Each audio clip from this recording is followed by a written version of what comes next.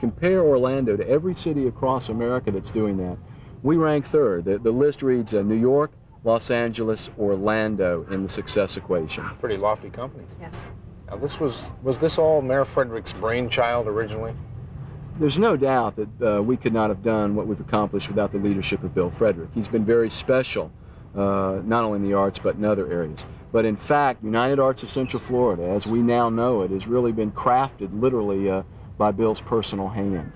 Well, you got to play reporter and interview the mayor about that. It was, right, I had shared jobs with you just for a day, Steve, but it gave us a chance for the mayor to drop his guard and really look inside his leadership, and it was a real special time.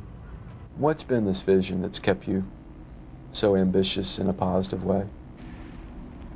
Well, I love Orlando, and a lot of people do, so that doesn't set me apart from a lot of folks. But this community has come together. People are cooperating. We're forming new networks of people. We're doing things in concert together. 10 years ago, we were sniping at each other over the airport. Looked like it wouldn't be built. We built a stadium and had to take half of it down. We were, frankly, seeing ourselves with embarrassment. We were sort of clumsy. We've come together as a community. We've executed some things well. We've introduced professional sports, built a wonderful new arena. The downtown has come back with a renaissance. We've done streetscape, the great neighborhood programs, the parks, Lake Eola. I mean, even though I had a role in that, I had no expectation that it would be received with such acclaim. And what a thrill to see thousands of people, literally, on the weekends using Lake Eola Park. So it's just come together in a way, and now the arts program has revealed a strain of generosity in this community that I felt was here but had not been evidenced, and that's gratifying because people are, when you ask them and they say it's important, we need to do this, people are coming forward beyond anybody's expectation. Did the arts make a difference in the Newsweek story? We would not have been in that story if it had not been for the arts program. It was prominently featured. I guess it occupied maybe 10% of the print column. But why it was important is that it made us distinguished. If you think of a community and you close your eyes, most cities look alike. Most communities look alike. They've all got 7-Elevens and they've all got cars and buildings and things. What makes a city memorable and in turn distinguishable are things that are unique, and we are unique in this arts program. We are the only city in the United States of America that is totally funding our principal arts organizations with one umbrella. Now, others are putting money in and doing a good job, but that's the uniqueness. And in a merchandising standpoint, that's very valuable, because suddenly when we say, oh gee, we've got 400 cities of prominence across the United States of America, but gee, Orlando is the #1. And now we have a series of #1s. We're #1 in business climate, the creation of new jobs, the arts, in terms of business growth and development, the economy. These things then begin to create a legacy of their own. It's time for us to create a little space for our sponsors. We'll be right back.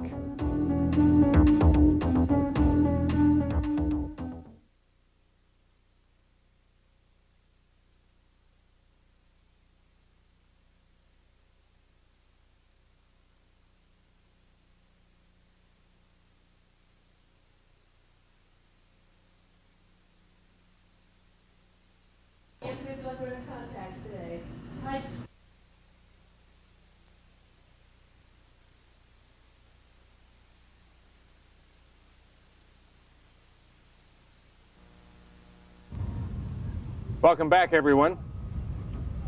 Let me ask you, Jacob, is the mayor really the big fan of the arts that we believe that he is? Steve, in fact, during our interview, I had a chance to ask him that very question. You're no great arts nut, are you? Are you? I mean, do you go to symphonies and operas? Well, I do some, but you're correct. The point you're trying to make, I believe, is the fact that why am I involved in the arts when my burning passion, the first burning passion of my life, is not the opera, for example. A story that I share with you is that I give money to support elephants in Kenya. I'm not going to Kenya, but it does my heart good to know there's a place in this world where elephants can run wild. There are things like that. You wouldn't want to be in a community that didn't have great churches, and I don't want to be in a community that doesn't have great art. Even though I'm not an artist and I can't do sculpture, but I do know instinctively that the arts are important to this community, that somehow in the chemistry of what makes a city great, a city without art is impoverished. And even for those people that will never set foot in a museum or never go to a symphony, they will lose if this community doesn't support the arts and rise to the occasion. The trustees are going to direct the arts community for the future. How do you get to be a trustee? And is it proper that the mingling of who calls the shots, who's going to pay the piper, and who decides on the play? The principal quality or the criterion for being a trustee is to give $100,000 a year. That's pretty elitist, I recognize. But it did two things. One is that, of course, it provided the bedrock of giving that you couldn't build upon unless we did that. The other thing, it put aside entirely what Milt Rhodes and others knew would be our principal problem. That is, who loves the arts the most, who's most deserving to be on the board. If I had been given the task of choosing 30 board members from a community that has literally hundreds of volunteers that have great affection for the arts, I would have stirred up a controversy that would have never ended. We never would have gotten past that.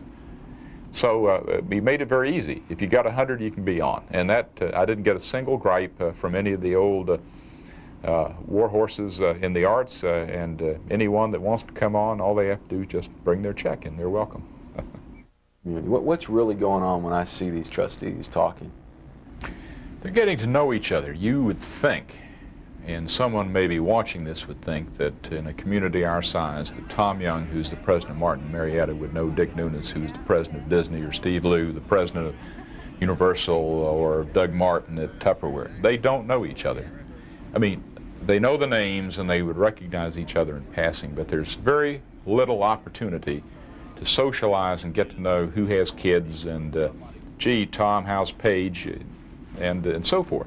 That builds a certain camaraderie, and it will spill over to the benefit of the community, because then when some collateral problems, when we got to talk about the Beltway or we have some problems on Maglev, there's a certain trust and benefit that comes from this networking at this level. Let me go into the trustees. Some of the trustees actually are, you know, like you, representing gifts from your taxing base. Some actually are personally representing a check out of their. Well, that's absolutely right. Grace Lindblom is basically a wonderful woman who's been the president of the Orlando Utilities Commission and has served in a volunteer capacity and with many great